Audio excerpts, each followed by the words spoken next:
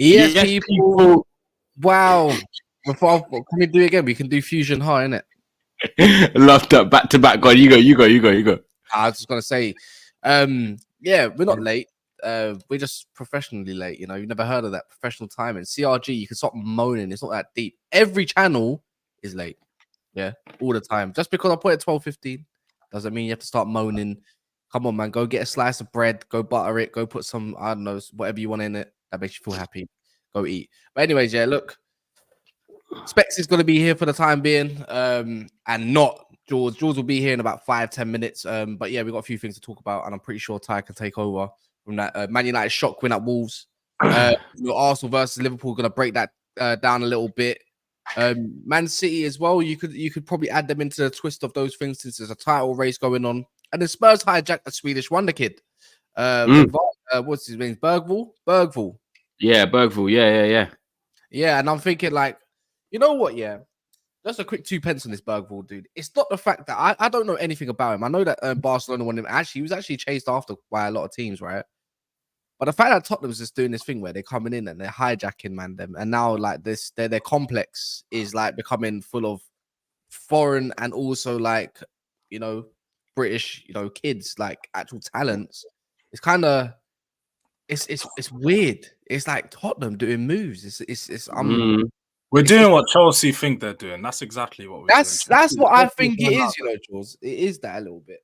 Chelsea are going out there, getting all the big names from South America, Dino this, Santos this, all of these players that no one's seen or heard of before. But because they're from Brazil, Argentina, Cuba, whatever it is, these are going to be stars. These are the next big things. They're the next big players. Whereas I feel like our approach is just going around Europe, going around wherever the players are, Championship, League One, all these type of leagues, and just picking up 1 or 2 players here and there, being very careful and meticulous with the players that we choose so they fit positions in our squad. And right now, the amount of youngsters that we've got in our team, in our squad, like out on loan and coming back, we've got like a group of a good 15 to 20 players under 25 that over the next 5 years should start to build into our squad slowly and start to progress their way through. Of course, not all of them are going to work out. We all know this. This is football. So a lot of these names might just disappear. Can you tell that to Man United fans, please? Because, you know, we just got rid of someone called Isaac Hansen, and now he's highly rated. Yeah, I've been saying and I'm that. thinking, bro, like we got a sell-on clause and we got a buyback clause if we wanted to. I'm like, it can't. There's no room for him to progress. So why are you crying? We don't even know if he's going to get that as well. It's like, let's be honest. How many times do we see our clubs sell these players and they come back to the league and like ball out? It's like one in 50 players that do it. Like even academy, George. Think of the academy. How many academy graduates really make it in the top level of like let's say a club? Like when you look at Chelsea, like look at Reece James. Look at how special he is, yeah, and his talent. Look at Mason Mount, and obviously he had a bit of a different kind of flow to it, but he came through and went down, and then there's not loads of academy graduates that actually feature in the first team in the first 11 anyways. You have to be different basically. Yeah. Or you have to come in and like just seize your chance, like Conor Bradley, for example. That's why I always use him as an example at Liverpool. If he didn't really do well in that, they would have got a right back in the summer. Now they're probably not going to get a right back. He's a deputy to Trent now. You just got to take your chance because they don't come around often. This is what I always say when you're at the biggest clubs. Like, you have to seize your opportunity. And that's why, look, we've got Kobe and Garnacho. Other than that, not many are coming through. Chelsea, as he just named. Arsenal, obviously, they had the Saka. Other than that, I'm trying to think of... That's even just thinking of like over the past 6 months' time. Imagine, let's go back 2 years ago, the amount of names of players that you can name at Chelsea, at Man United, at Arsenal, that no one's heard of anymore. They've just disappeared. They've gone off the map. They're balling out in the Championship, or they're balling out in the Eredivisie. They're balling out at their level, and that's what happens a lot of the times. A lot of these players come here, they try it in the league. No, look, the Premier League's not for them. They're not at the level. So then they go back to their level and they ball out. But a lot of people that get upset about academy products not making out their club, they get too invested. You're too invested in players that you know nothing about. Because let's be honest here, guys, man. How many of us are sitting there watching academy games week in, week out? Facts. You watch an academy game every now and then, and when you watch, you're like, this is a good player. I hope he comes through. But you're not watching his performances week in, week out, sit there and say he's going to be a top player. So all of this like discourse that happens over academy, I've never bought into. I'm just like, if the guy don't make it at Tottenham, he's not good enough. Like, that's as simple as that. He's not good enough. And that's the way we need to look at academy graduates. What do you think on this signing then? Because obviously he's coming in midfielder, I believe. I've only seen the compilation, so I'm not going to gas it. He looks very technical, looks nice.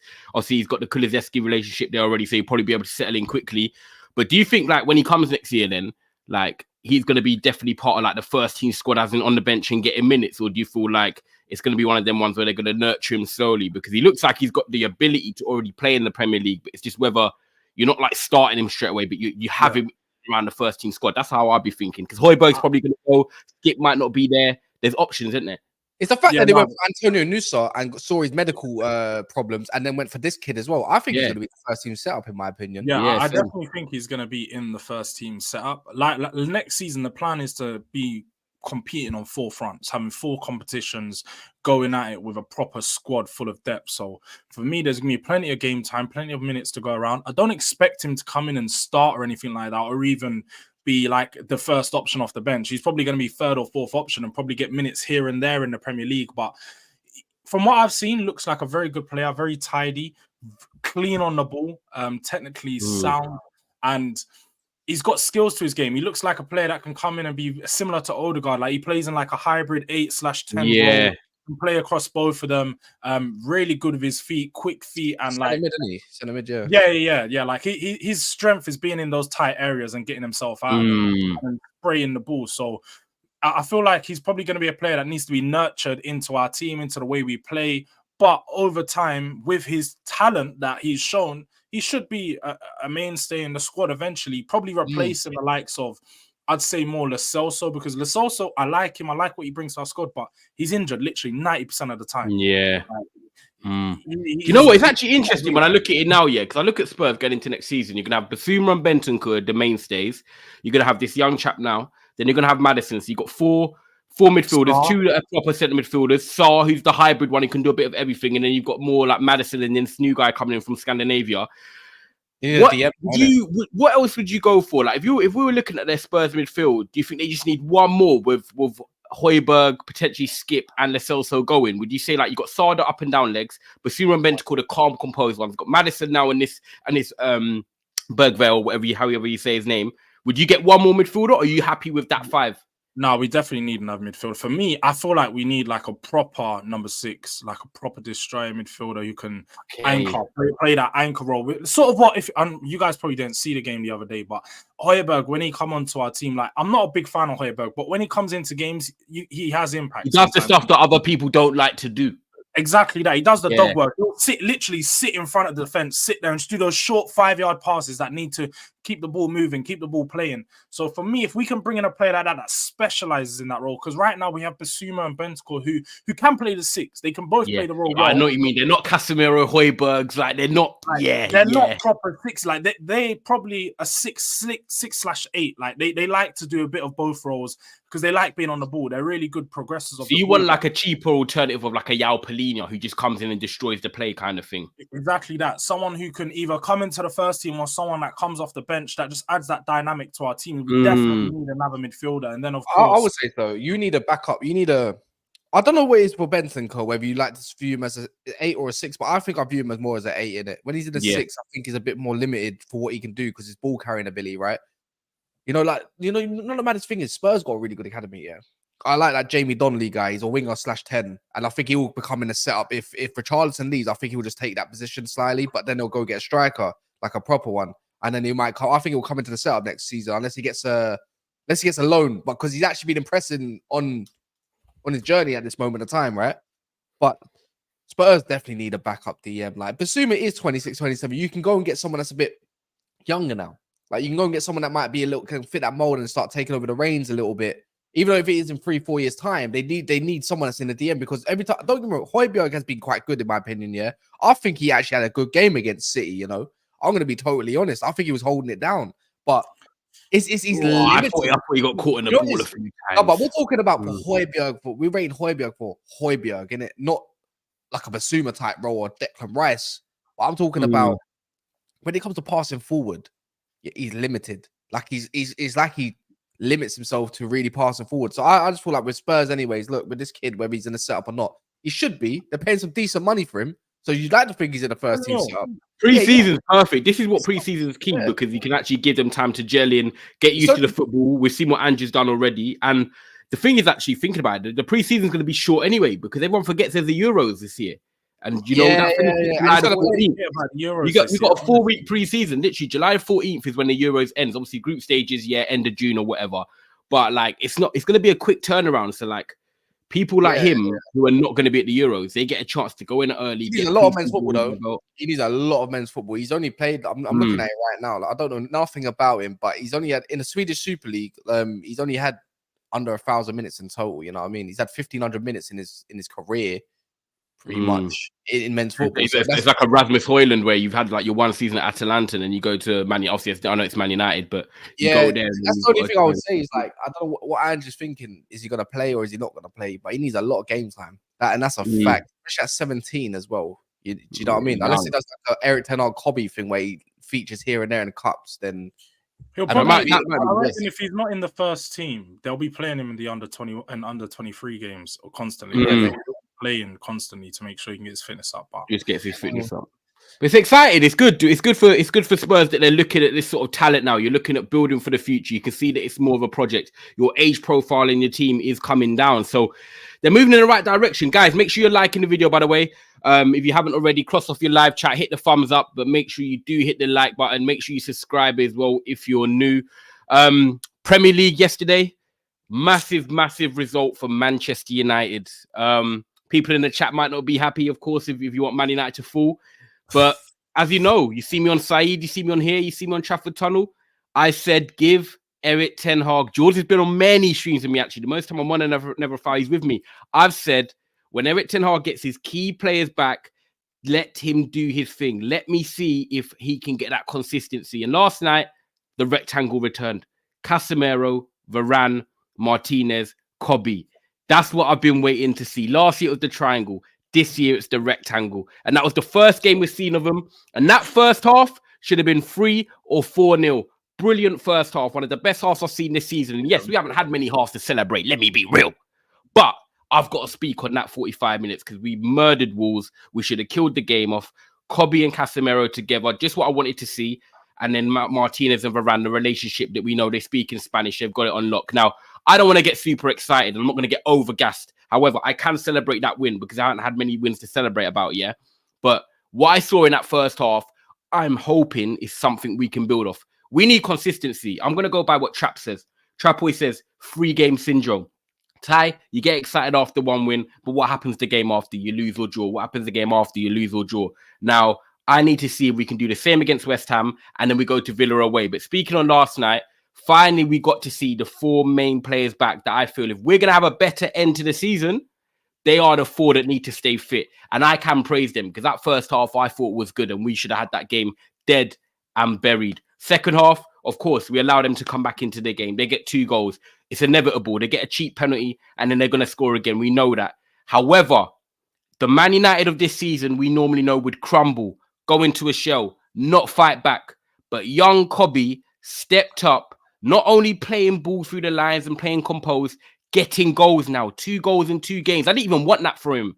I wanted him just to be in there playing the sort of elusive Pogba role, a bit of elegance, ball carrying, keeping the presence in midfield with Casemiro, but stepping up and getting that goal last night. I'm not going to lie. That was proper because normally we crumble, normally we fold.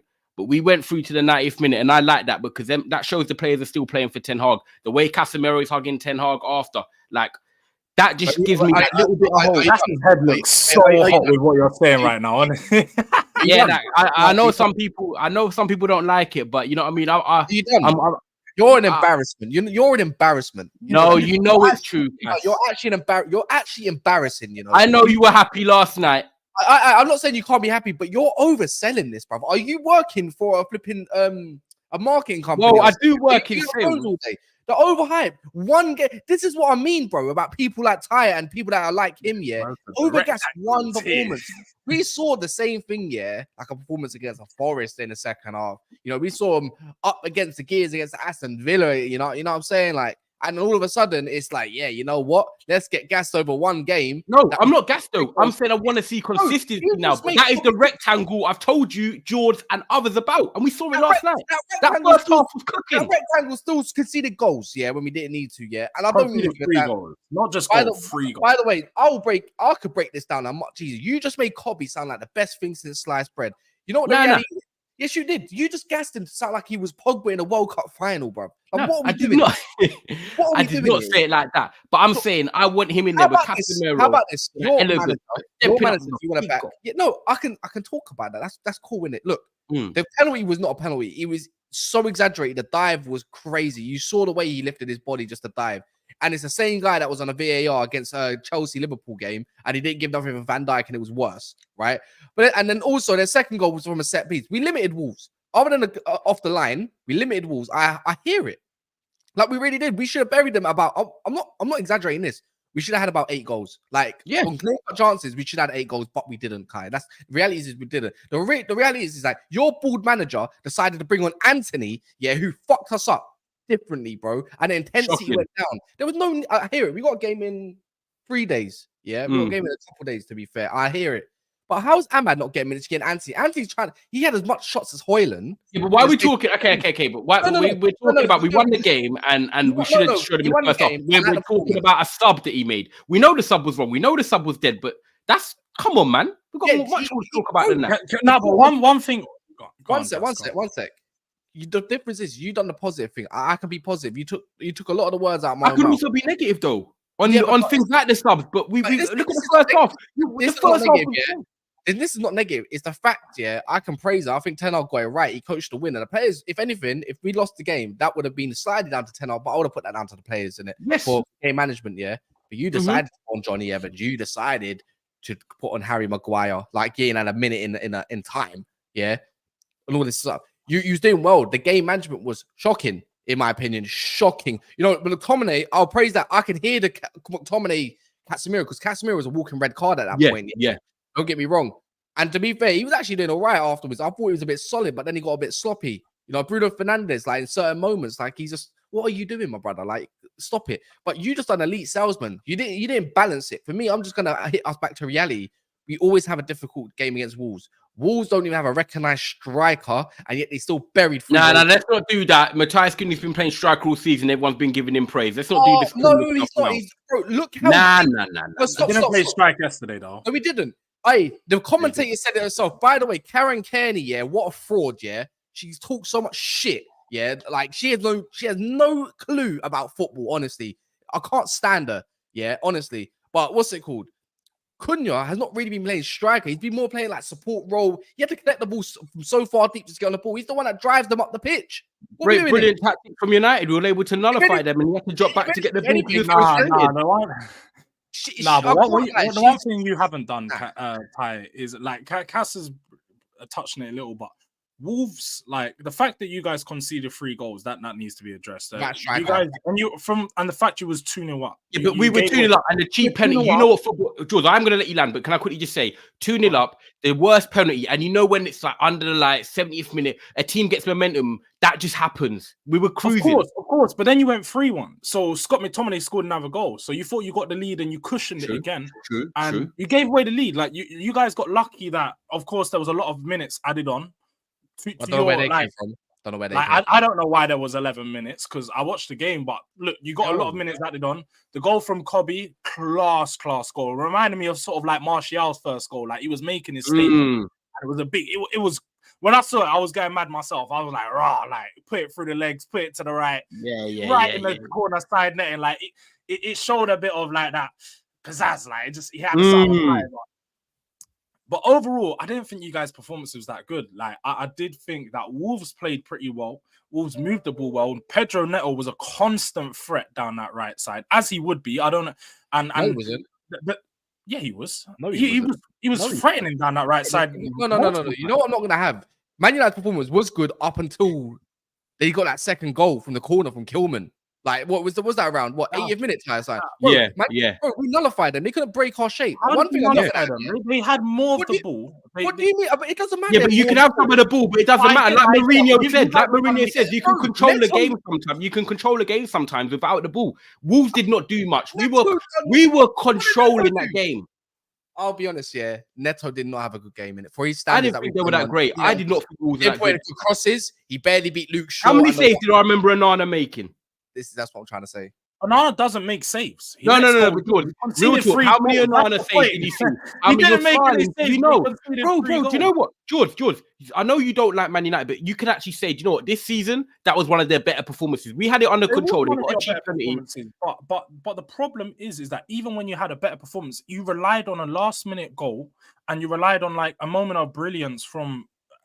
Let's be real, like as you said, a CDM, someone you don't even expect scoring. So you relied on a moment of brilliance from a player that you wouldn't expect to see it from to get you through that game. In 90 plus minutes, I would say you guys plenty of times, and you even know it. This is a problem with United this season. You go ahead 2-1, 3-1, we concede goals 2-0, 3-0, and you concede in the last minute and you give away the game. Like your mentality and their heads.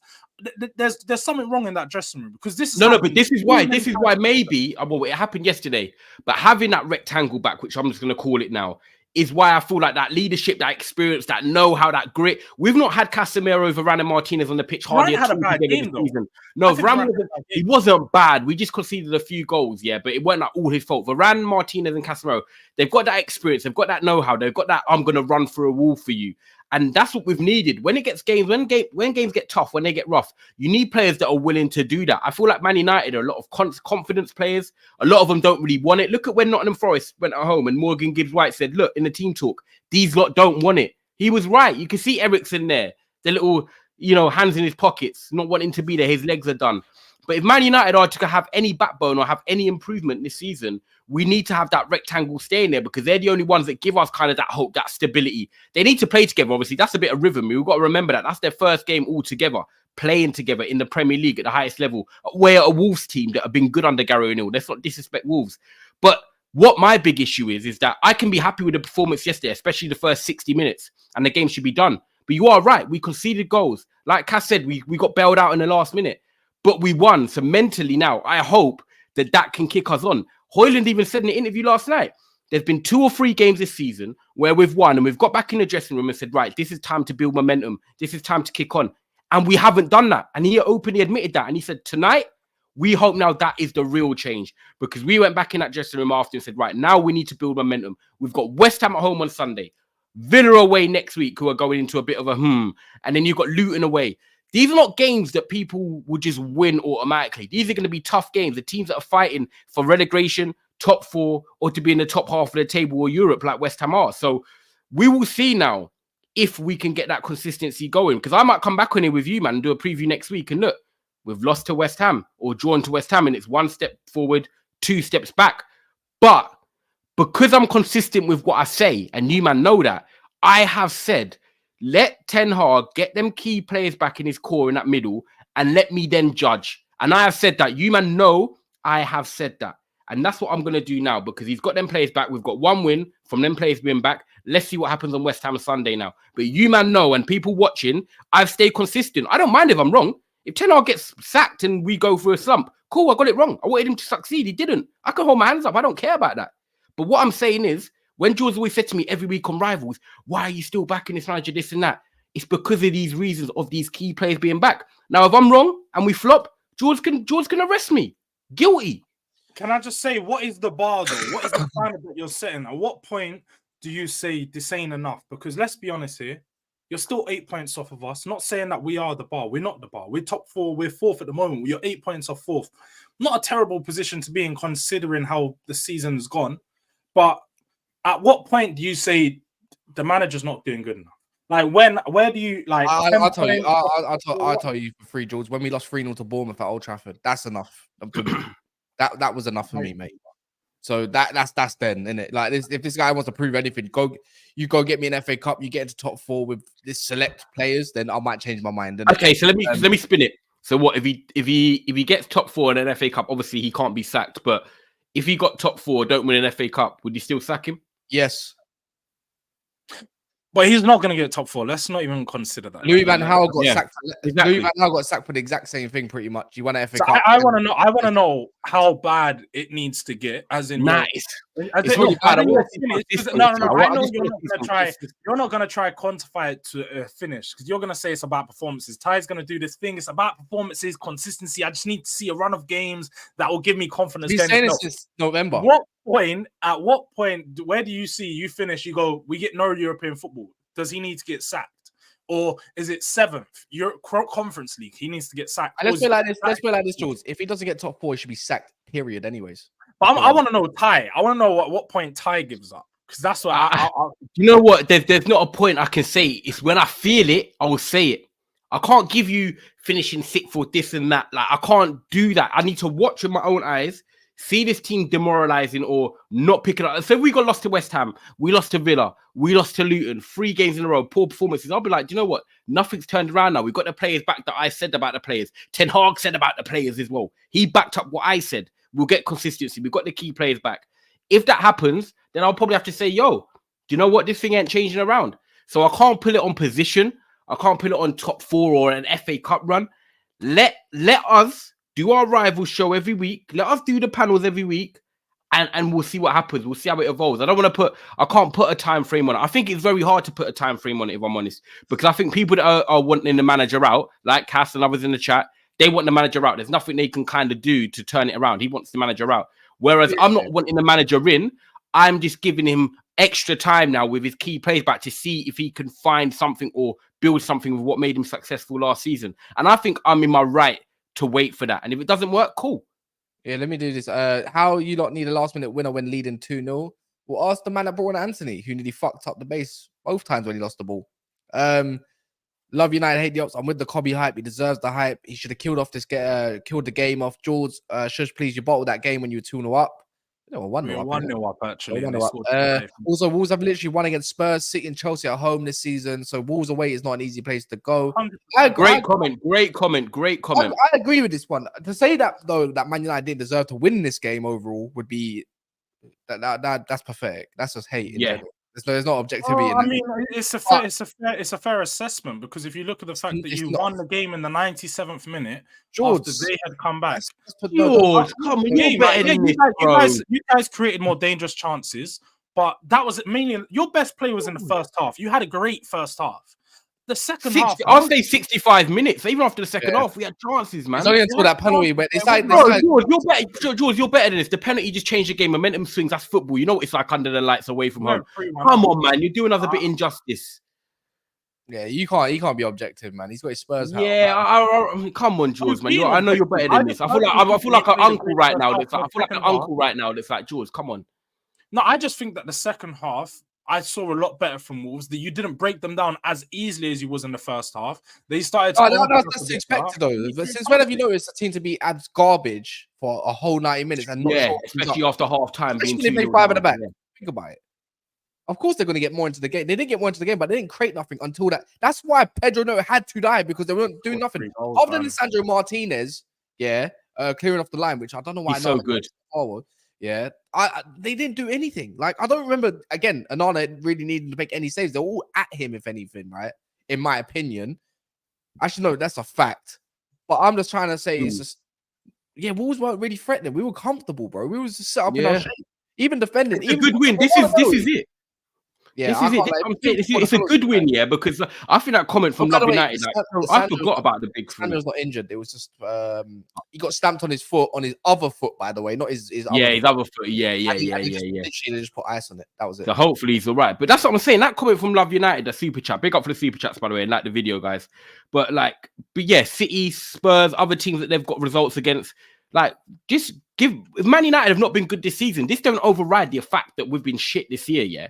But we can win that game. We can hopefully kick on now. He's got his main plays back. Let's see now. This is where Sunday becomes a bigger test for me, because now it's like we're at home to West Ham, who haven't got Paqueta. Yeah, they've got Kudus, Bowen. They're fighting in the same region as us. Can we go on again and win that game? There's no extra days rest for them. They played the same night as us last night. Now we'll see. And then Sunday night or whatever it is, when we do a review or whatever, we'll see if United have backed that up. So, you know what I'm saying? Man United have got their win. Casemiro's back, Martinez, the core. Let's see if they can kick on. And let's give a shout out quickly before we go into the Arsenal game about Højlund, because he has got three goals in his last 3 games. He has not really been getting assists. He's been setting up his own chances or feeding off scraps. But at the moment, the guy seems to be finding a bit of his rhythm. He's making great runs into the channels, trying to get in behind, and hopefully his confidence can go on. I don't want to get too ahead of myself because I know that he's a raw project. He's going to get better, but I am happy for him because it must be frustrating coming to the Premier League and not really. I can't lie. He had to do better in that second half, especially. He had to do better for me, man. I think he dropped off a bit. I had a hat trick yesterday. I'm not being funny. There was one chance where. Have you not clocked that, by the way? Just quickly, in the second half, he always drops off. Well, I think it's because, I think one, he's playing all these games and all these minutes in it, and two, it's the doggy work we make him do. Sorry, when he's chasing, and we don't get up the pitch high enough to press them out of the situations. That's it. You would get knackered doing that. Look at the ball he chased down just to get flipping. What's the Jose Sarr like? That situation. I'm thinking, mate, you're doing. How shameless that celebration for that goal was. You know what? Ten Hag as well, is so lucky, bro. You played Rashford, If he did not, George hates us, Cass. I've clocked it. George, it was shameless, man. Like, come on, the guy's on the floor. The ball literally rolls into his foot, and he's going, bro. Wait. George, whether you score a tap in or you score a screamer, as a striker, I play striker, bro. I love my tap-ins. Tap-ins are the bad boy goals. That wasn't a tap-in. The ball went into him where he didn't even know. He was on the floor and the ball just rolled into him. Jules, how old are you? How old are you? Me? How old are you? 25. Yeah. So when you was 20 and you playing football, when you scored a goal, did you celebrate? When I was 20, I was a big man at those ages, bro. I wasn't going mad over goals like that. Brother, I'm a centre back. I celebrate every goal that I get. Exactly. So, anyways, when you're 20, you just about hit puberty, not even that long ago, bro. And also, you're still technically a kid. You're not a grown man at 20, unless your situation is a little bit different. Typically, the guy's a kid, and he's celebrating because he scored against Wolves and he couldn't believe it. Oh, you know what he should have done? Just got up and just said, "Yeah, you know what?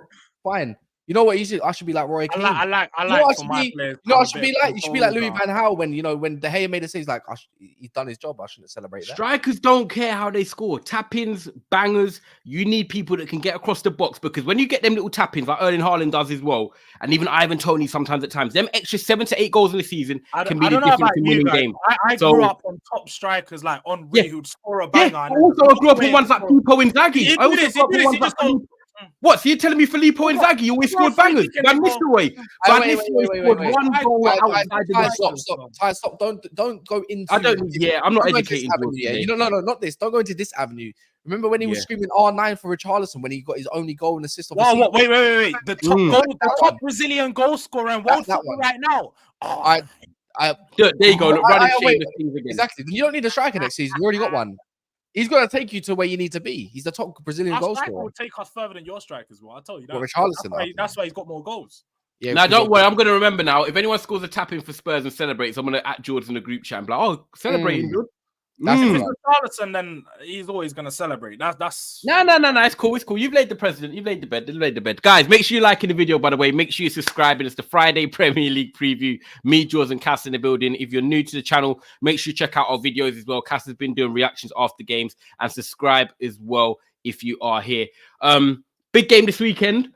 Arsenal, Liverpool. Title clash. You can call it that. City, Arsenal, Liverpool. They're all there competing, whether people like it or not. You know, that is the case right now. And Liverpool are on fire. Darwin Núñez is a fitness doubt, by the way, people, if you've not read that this morning, any FPL players. And then Arsenal, Darwin Núñez. And then Arsenal obviously beating Nottingham Forest away, a gritty win. One you look back on at the end of the season, you're like, do you know what? That was a big 3 points. But Arsenal at the Emirates, this is the type of game where you can say, right, if they win that, they are really back in that title contention talk, beating the top of the table. If they don't win that and they lose to Liverpool, it might be Arsenal, you are going to fall short again, and it's going to leave the top two to battle it out. What are we saying, Cass? Massive game on the weekend. Let's put it this way. If Arsenal lose to Liverpool, sack Arteta on the spot. That's the difference. What? What do you mean what? Wait. Did you just say if Arsenal lose to Liverpool, sack Arteta? Yes. Why? I said it before. I'll say it again. Look, I don't think Arsenal will lose. But you got to. What do you mean? You got to set stat. The thing is, yeah, with Arsenal, yeah, you need to. What you're going to set the standard is if they don't beat Liverpool at home, you sack your manager. Yes, because you know what? You built a team for 4 years, yeah, right, or 4.5 years, whatever you want to label it. I've been a fan of Arsenal recent. As much they've been getting hate for a while, yeah. Don't get me wrong. And the last 2 games, I don't know how anyone can hate on the way they played. Even at Forest away, when everyone was saying, "Oh, you know what? Like Forest away, you was the one that was gassing up Nottingham Forest, and they went and done the job, and they can see that at the end it's a little bit wobbly, whatever, right? But the thing is, how long do you want to continue setting a shit standard for your club? The fact is, yeah, if it's Bayern Munich, you get rid of that manager because it's not good enough. Yeah, last season when they didn't get over the line, you get a credit saying it's their first season. It's cool, but this season when you should be getting into this title race, when they don't even have a Mo Salah fit in that, and they come to your gaff and your home. When you got Thomas Partey back and everything as well, so extra option, maybe not even a Darwin Núñez, and they go and take points out of you. They beat you, and now you're not in the title race because guess what? City got Brentford on Monday. They're gonna beat them. You know, Liverpool, they beat Arsenal at the Emirates. They're gonna go on, and then all of a sudden you're playing third or full fiddle. You know what the maddest thing is though? You got Tottenham chasing you. You got Aston Villa chasing you. You might have a Man United chasing you, and you might have a West Ham chasing you. Unlikely situations though. But the fact is, you're under threat now. This is what I'm trying to say. You got a full strength team. I'm not saying Arteta. I'm not saying like Arteta's a bad manager or anything like that. But you got to start. What's it called? Setting standards for where you want to be, because you're not gonna have the perfect team. Liverpool do not have the perfect team. Man City have not had a perfect team for this season either. So why wouldn't you not want to? But my rebuttal to you is, and I will let George definitely come to this as well. You're saying about Arteta being sacked, right? If they get knocked out by Porto and they do like finish out the top 4, of course, it's rightly so. You spent a lot of money. But what I want to ask you is that are you basically saying that if Arsenal don't beat Liverpool, that means they're not in the title race or they're not top of the table or whatever? Exactly. He should be sacked. Because the thing is, for me, City and Liverpool are good teams anyway. So if they finish above them, are you basically saying if Arsenal finish third, Arteta should be sacked? Is that what you're basically saying? I love that you say this. I love that you. I love it too. Because guess what? Check this. Arsenal have got Liverpool at home. They got West Ham away. Then they got Burnley away. Cool. They got Porto. They got Newcastle. They got Sheffield United away. You know, the teams that start to fight for survival. They got Brentford. You know, last time out, they had a bit of a dodgy decision that made them win 3-1. Then they got Chelsea at home. Should beat them. Then they got Man City away at the Etihad. Got to play Luton. Then they got to play Brighton, their bogey team, away. Then they got to play Aston Villa. Then they got to play Wolves away, you know, so-called giant killers. Then they got Tottenham away. Good luck getting points there. You ain't got points there in a while other than last season. And I don't think it's going to be the same this season, right? And then they got Man United away. Now, out of all those results I just told you, mate, good luck, yeah? That title race for you is good luck. That sounds like Taken. You know the Taken movie? Good luck. The thing is, Liverpool, at home, especially at home, not away games, at home, you need to be getting your points. You beat Man City at home. You set the bar, yeah? You made rivals think, oh, shit. Now you need to go beat Liverpool, who have been on form, on fire, right? Same with the last 2 games. You're only as good as your last game as well. You know, when I say last home game for them, though, Crystal Palace, they've been very clinical, just like Liverpool. You need to go and get points because you need respect as well at the same time. And you know so what's your point, though, from them fixtures if they lose? What's your point? I'll tell you now for fact, yeah, if they do not beat Liverpool, these players that we call crumblers, yeah, are going to doubt themselves. And all they're doing is fighting for a damn top 4 finish again with no trophy because they're not winning it. What? You need to start setting the bar, mate. Like, this is what I mean about standards. This is so basically any manager that comes into Arsenal, basically they're not top of the league. They're being sacked because if you're not top, I didn't say that. Who said that? You've had 4. This is your but Ty, you have to look at it like this because I agree with Cass to an extent. Maybe not. I would never sack. I wouldn't say that you should sack him in the season. Because sacking a manager mid-season, especially during the position that they are, just doesn't make no sense. Like you have to sack him when the season's actually finished and the position that he's in is solidified. Like you've got to wait. That's how I would look at it. And the Champions League one as well. Yeah, like once they've gone through that and it's all down and out, and then once they're officially done with the league, officially done, like their position's their position. That's when you should sack him. Also, because bringing in a new manager at this point could derail them with the season, and they could potentially finish outside the top 4. So that would just be silly. But you do have to look at what Cass is saying and say, look, they've spent, what is it, 700 million with Arteta or something like that along those lines. They've invested heavily, backed him into the transfer market, given him the players he wants. He's in his, is it 5th season now? He had 8th, 5th, Fourth, 5th, I think. 3rd, 2nd. Yeah. No, 8th, 5th, 5th, and then 2nd or 8th, whatever it is. So he's in his 5th season, I'm pretty sure. Like he's had 4.5 you could give him. But Yeah. Season. And if they don't win the league, or at least, again, finish a couple points off, then they're regressing. They're going backwards, because last season was the season where they pushed City, and this season was, remember, Ty, we were sold on the narrative that they're ready to compete. They told us that it was City and Arsenal. They didn't even mention Liverpool, a lot of their fans. They said it's City and Arsenal, and it's either of those two win the league.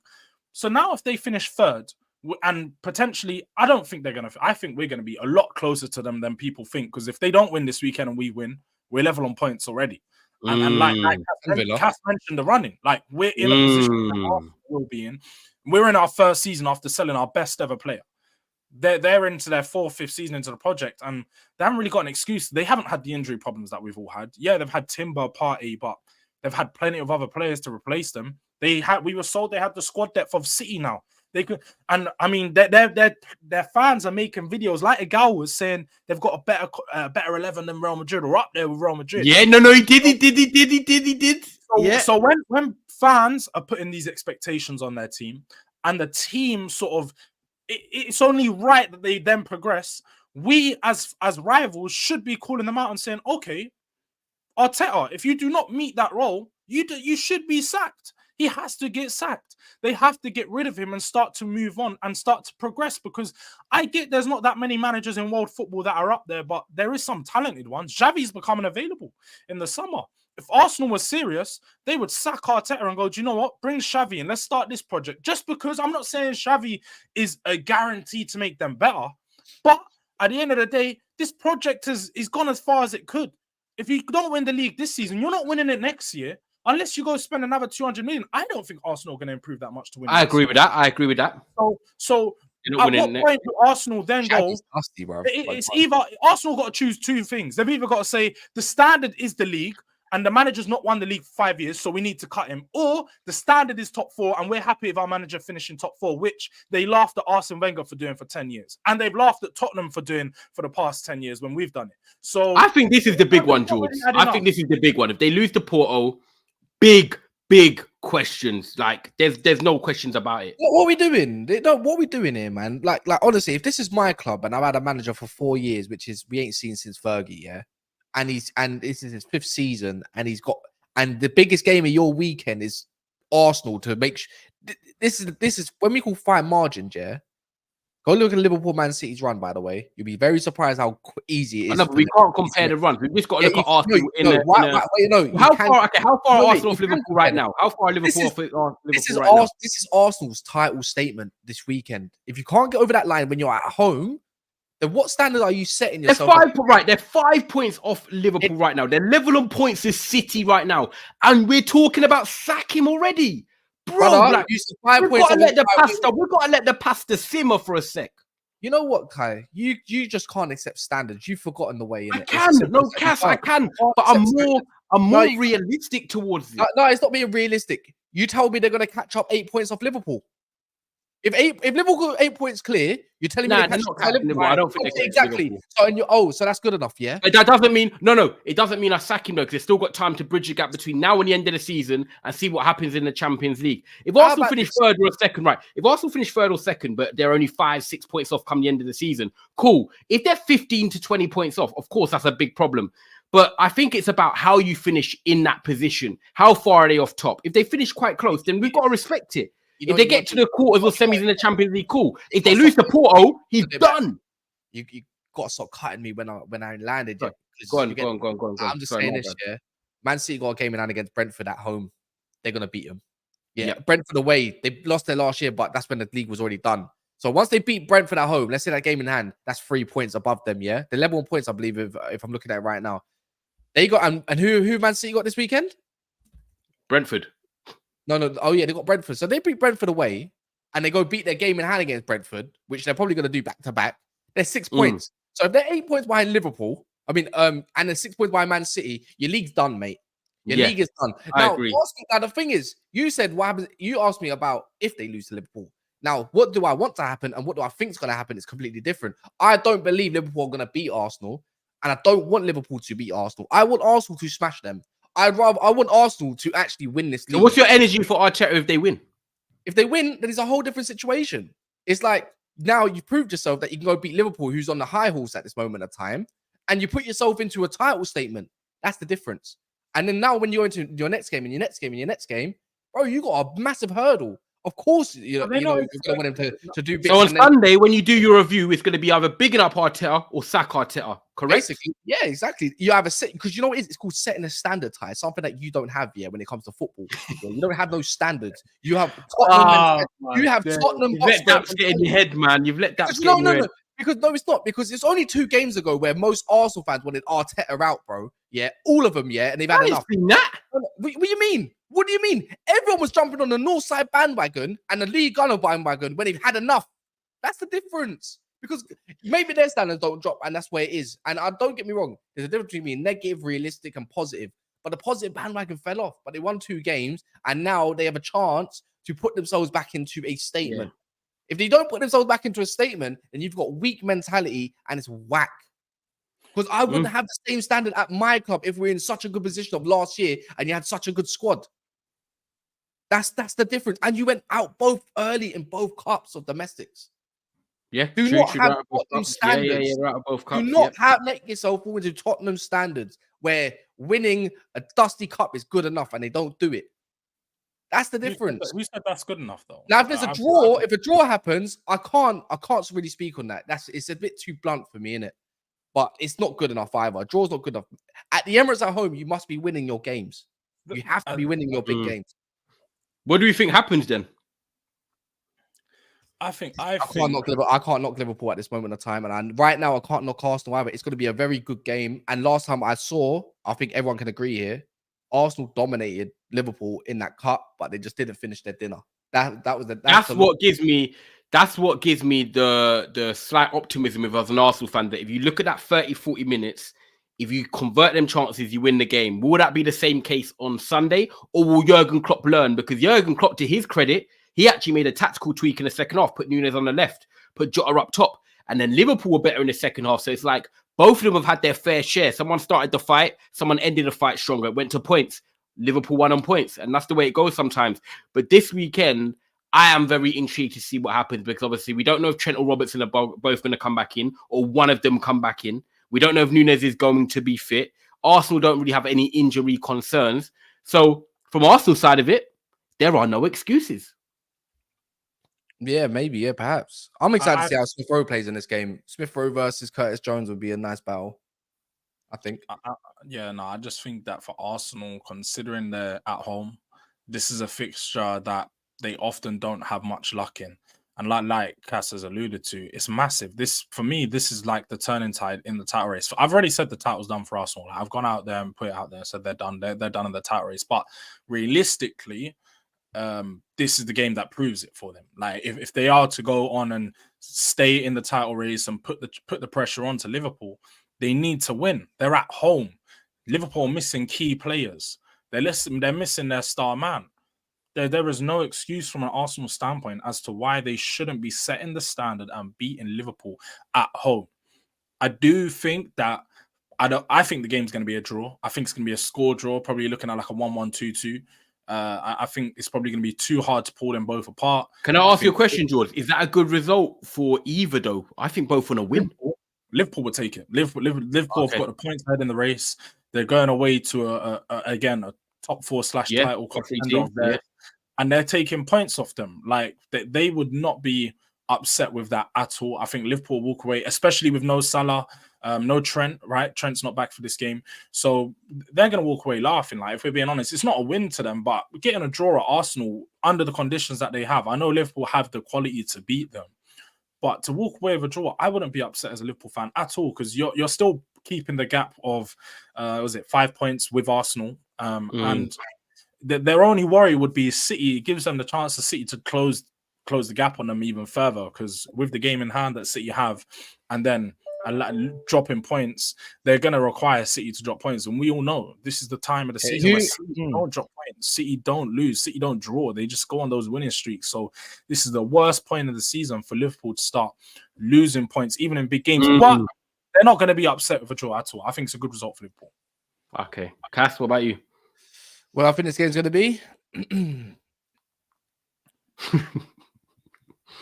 Yeah, I'll put a draw in it, man. I'm gonna play it safe. I'll say 2-2. Yeah, 2-2, man. Just as long as Jota gets both of the goals, I don't mind. Okay, fair. I'm gonna go. Do you know what? I can't call it. I'm gonna enjoy it. It's hard. Yeah, it is. Yeah, it is. Do you know what? It's a real 50-50. I think if someone actually said to me, pick a game that top 5 games in the league so far this season that is hard to call, this would be in the top 3 definitely, because I just think Liverpool are in form, but Arsenal are at home. Arsenal got some players back. Trent and Robertson are potentially back, but Nunes is a doubt. So it's like form versus won a couple of games, but they're at home. Yeah, let's see what happens, guys. It's gonna be a mad one. Make sure you are liking the video, people. Make sure you are subscribing if you're new. Make sure you're back tonight as well. We're gonna is there a panel tonight? Big panel tonight? Yeah, we've got a gal, Coppish on Monts and whatnot, and then we just discussed. There we go.